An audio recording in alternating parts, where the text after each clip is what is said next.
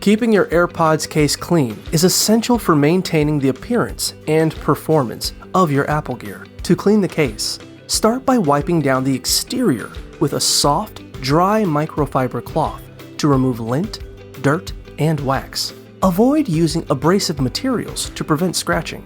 For tougher grime, dampen the cloth with a small amount of isopropyl alcohol and gently rub the debris, being careful to avoid the charging port. Use cotton swabs possibly dampened with isopropyl alcohol to remove dirt from the outside of the case. For the lightning port, use a dry, soft, bristled brush with gentle movements. Avoid putting anything in the charging ports to prevent damage. Clean the grooves on the top of the case using a lightly dampened swab and remove stubborn grime with a plastic or wooden toothpick.